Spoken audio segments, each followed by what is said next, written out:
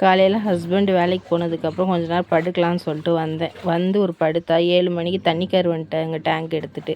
சரி ஒரு 3 குடம் தண்ணி வந்து குடிக்கிறதுக்கு பிடிச்சி வச்சுட்டு நாளைக்கு வரேன்ட்டு அவரு போயிட்டார். இதோட படுத்தா ஒன்றும் வேலைக்கு ஆகாதுன்னு சொல்லிட்டு துணி துவைக்கிறதுக்கு தான் எல்லாம் எடுத்து வச்சேன். துணி ஒரு செட்டு போட்டிருக்கேன். அதுக்குள்ளே என் பையன் வந்துட்டார். அவங்க அத்தை தூக்கிட்டு வந்து கொடுத்துட்டாங்க. அவருக்கு சரி என்ன பண்ணுறது, சக்கரை தோசை ஊற்றி கொடுத்துட்டு அவருக்கு ஃபுல்லாக ஊட்டி முடிச்சுட்டு துணியும் துவச்சி எல்லாம் அலசி காய வச்சுட்டு வந்தேன். வந்த உடனே பாத்திரம் கிடந்தது.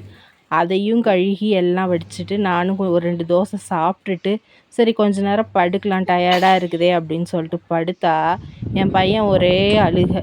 நம்ம டயர்டாக இருக்குன்னு படுக்க போகும்போது தான் பையன் அழுகுவாங்க, ஹஸ்பண்ட் கூப்பிடுவாங்க, ஏதாவது வேலை வரும், நிம்மதியாக படுக்கக்கூட முடியாது. இதே நிலமை தான் எல்லா வீட்லேயும் ஹவுஸ் ஒய்ஃபுங்கள்துன்னு நான் நினைக்கிறேன். இந்த வீடியோ உங்களுக்கு பிடிச்சிருந்துச்சின்னா லைக் பண்ணுங்கள், ஷேர் பண்ணுங்கள், மறக்காமல் சப்ஸ்கிரைப் பண்ணிக்கோங்க. Thank you so much.